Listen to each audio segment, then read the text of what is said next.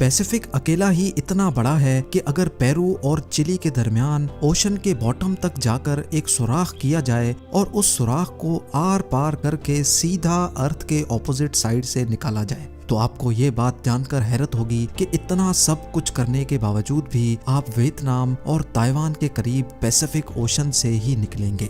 अर्थ के किसी भी एक स्पॉट के ठीक ऑपोजिट साइड वाले स्पॉट को एंटीपोड कहा जाता है। पैसिफिक ओशन इतना बड़ा है कि इसके खुद के कई एंटीपोड्स मौजूद हैं, लेकिन ये इसका पैमाना जानने की सिर्फ एक शुरुआत है। हमारी अर्थ का पूरा एक गोल चक्कर यानी अर्थ का सर्कमफ्रेंस 40,000 किलोमीटर्स बनता है। यानी अगर किसी एक पॉइंट से हवाई जहाज फ्लाई करे तो पूरे 40,000 किलोमीटर का डिस्टेंस कवर करने के बाद जहाज वापस उसी जगह पहुंच जाएगा जहां से उसने टेक ऑफ किया था। पैसिफिक ओशन में कई एरियाज ऐसे हैं जिनके दरमियान का टोटल डिस्टेंस पूरे अर्थ के सर्कमफ्रेंस का 50% है। जी हाँ, लगभग पूरे 20,000 किलोमीटर्स। ये हिस्सा इंडोनेशिया और कोलंबिया के दरमियान मौजूद है, जिसको पैसिफिक ओशन का सबसे लंबा हिस्सा माना जाता है और ये तकरीबन 20,000 किलोमीटर बनता है। रिसर्च के दौरान मुझे भी ये जानकर हैरत हुई कि इंडोनेशिया और कोलंबिया के दरमियान पैसिफिक ओशन के इस हिस्से में हमारा पूरा चांद फिट आ सकता है। सिर्फ एक नहीं बल्कि लाइन से पूरे 5 चांद, और उसके बावजूद भी इसमें काफी जगह खाली बच जाएगी। पैसिफिक ओशन की मैसिवनेस का अंदाजा आप इस बात से लगा लें कि हम इस पूरे ओशन को एक साथ देख भी नहीं सकते। किसी शिप में सवार होकर पैसिफिक ओशन के साइज का अंदाजा लगाना तो एक इम्पॉसिबल टास्क है, क्योंकि हमारी आंखें अर्थ के होराइजन को देख रही होती हैं और ये होराइजन कर्व हो जाता है। इसी वजह से हम ज्यादा दूर नहीं देख सकते। यही रीजन है कि समंदर में दूर दूर तक देखने पर समंदर और आसमान एक दूसरे से मिले हुए लगते हैं। 6 फुट लंबा इंसान समंदर में सिर्फ 5 किलोमीटर दूर तक देख सकता है। अगर उसके भी पार देखना हो तो किसी ऊंची जगह से देखना जरूरी हो जाता है।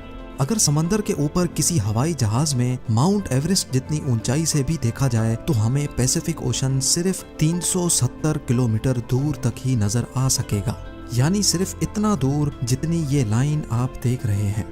ये तो हुई सिर्फ हवाई जहाज से देखने की बात। पैसिफिक ओशन को हम 400 किलोमीटर दूर आसमान में गर्दिश करते इंटरनेशनल स्पेस स्टेशन से भी एक साथ नहीं देख सकते। एक अंदाजे के लिए गूगल अर्थ का रुख करते हैं। ये है पैसिफिक ओशन में मौजूद एक आइलैंड जो बोरा बोरा के नाम से फेमस है। ये वो हाइट है जहां से नॉर्मली ड्रोन कैमरा देख सकता है। जूम आउट करके अब हम 10 किलोमीटर की उस हाइट तक पहुंच चुके हैं जहां से नॉर्मल कमर्शियल एयरप्लेन में बैठकर देखा जा सकता है। मजीद जूम आउट किया जाए तो 400 किलोमीटर की हाइट पर अब हम इंटरनेशनल स्पेस स्टेशन की ऊंचाई से पैसिफिक ओशन को देख रहे हैं।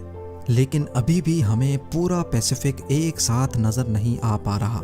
मजीद जूम आउट करके अब हम 10,000 टाइम्स और ऊपर चले जाते हैं। ये वो फाइनल पॉइंट है जहां तक गूगल अर्थ जूम आउट करने का ऑप्शन देता है और यहां पहुंचकर हमने नोटिस किया कि अर्थ से 63,000 किलोमीटर दूर जाकर भी हमें 95% पैसिफिक ओशन नजर आ रहा है, जबकि सिर्फ 5% हिस्सा हमें जमीन का दिख रहा है। नंबर्स की बात की जाए तो Pacific ocean 16.5 crore square kilometres के एरिया पर फैला हुआ है। ये एरिया इतना जायंट है कि इसमें पूरा north America, south America, Europe, Africa, Asia, Australia, Antarctica और ग्रीनलैंड भी फिट आ सकता है। कुल मिलाकर बात की जाए तो जहां पैसिफिक ओशन का एरिया 16.5 करोड़ स्क्वायर किलोमीटर्स है, वहीं अर्थ पर मौजूद सारी जमीन का कंबाइंड एरिया ही 14 करोड़ स्क्वायर किलोमीटर्स बनता है। यानी हमारी दुनिया की तमाम जमीन, सारे पहाड़, रेगिस्तान और जंगलात पैसिफिक ओशन में फिट आ सकते हैं और उसके बाद भी इसमें इतनी जगह बच जाएगी जिसमें इंडिया जैसी 8 कंट्रीज फिट आ सकें। याद रहे कि हम यहाँ 4 ओशंस में से सिर्फ एक यानी पैसिफिक ओशन के बारे में बात कर रहे हैं।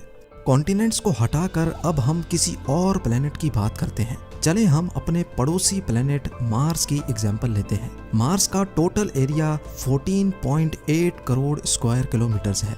अगर पैसिफिक ओशन के पानी का पूरे मार्स प्लेनेट से मुकाबला करवाया जाए तो हैरत अंगेज तौर पे पूरा का पूरा मार्स, इसमें मौजूद तमाम क्रेटर्स और माउंटेन्स सब के सब पानी में कई 100 फीट तक डूब जाएंगे। अभी तक हमने पैसिफिक ओशन के सरफेस यानी इसकी सतह के बारे में बात की है। जितना बड़ा ये ऊपर से दिखता है उससे भी कहीं ज्यादा ये गहरा भी है। पैसिफिक ओशन में चैलेंजर डीप ट्रेंच के नाम से पहचाना जाने वाला पॉइंट अभी तक ढूंढा जाने वाला सबसे डीपेस्ट पॉइंट है, जो समंदर की सतह से 11 किलोमीटर नीचे है। और पैसिफिक का ये गहरा तरीन पॉइंट कोई अकेला नहीं है।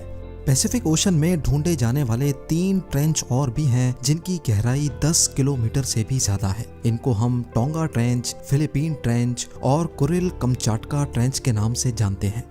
अब जानते हैं पैसिफिक ओशन के बारे में चंद लाजवाब फैक्ट्स। आज से 509 साल पहले फर्डिनेंड मैगेलन नामी यूरोपियन शख्स ने पूरा पैसिफिक ओशन पार किया था और उसी ने ही इसको पैसिफिक का नाम दिया था, जिसका मतलब है पीसफुल सी। हर गुजरते साल पैसिफिक ओशन छोटा होता जा रहा है, जिसका main reason under water tectonic plates की मूवमेंट है। लेकिन अच्छी बात यह है कि जितना छोटा पैसिफिक होता जा रहा है उसी स्पीड से अटलांटिक ओशन बड़ा भी हो रहा है। दुनिया में ज्यादातर अर्थक्वेक्स और सुनामी पैसिफिक ओशन के बॉटम पर मौजूद टेक्टोनिक प्लेट्स की वजह से आते हैं।